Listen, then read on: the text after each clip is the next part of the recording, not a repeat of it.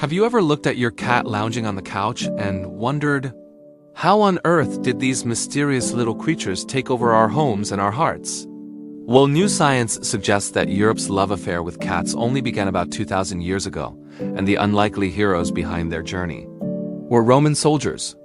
Let's travel back in time, way back to the Neolithic age, around 9,500 years ago in the eastern Mediterranean. Humans are just settling into agricultural life. They're storing grain. And where there's grain, there are rodents. And where there are rodents, wildcats soon follow. These early wildcats didn't exactly cuddle with humans, but they earned their keep. They kept pests away and humans let them stay. By 7500 BCE, we even find cat remains on the island of Cyprus, proof they were already part of daily life.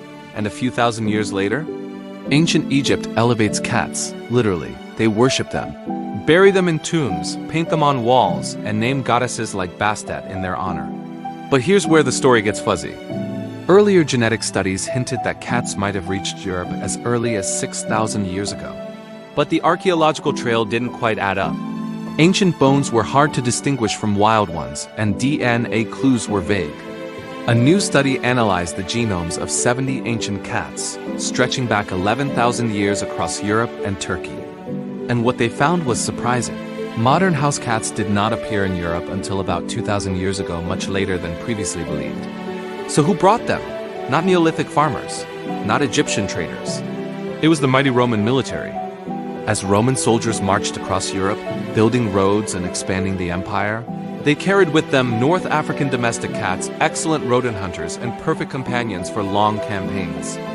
These furry soldiers eventually made it all the way to Roman Britain by around 100 CE. Imagine that, Roman camps guarded not only by legionnaires, but also tiny whiskered pest control units. Earlier European cats weren't early domesticated pets. They were actually European wildcats.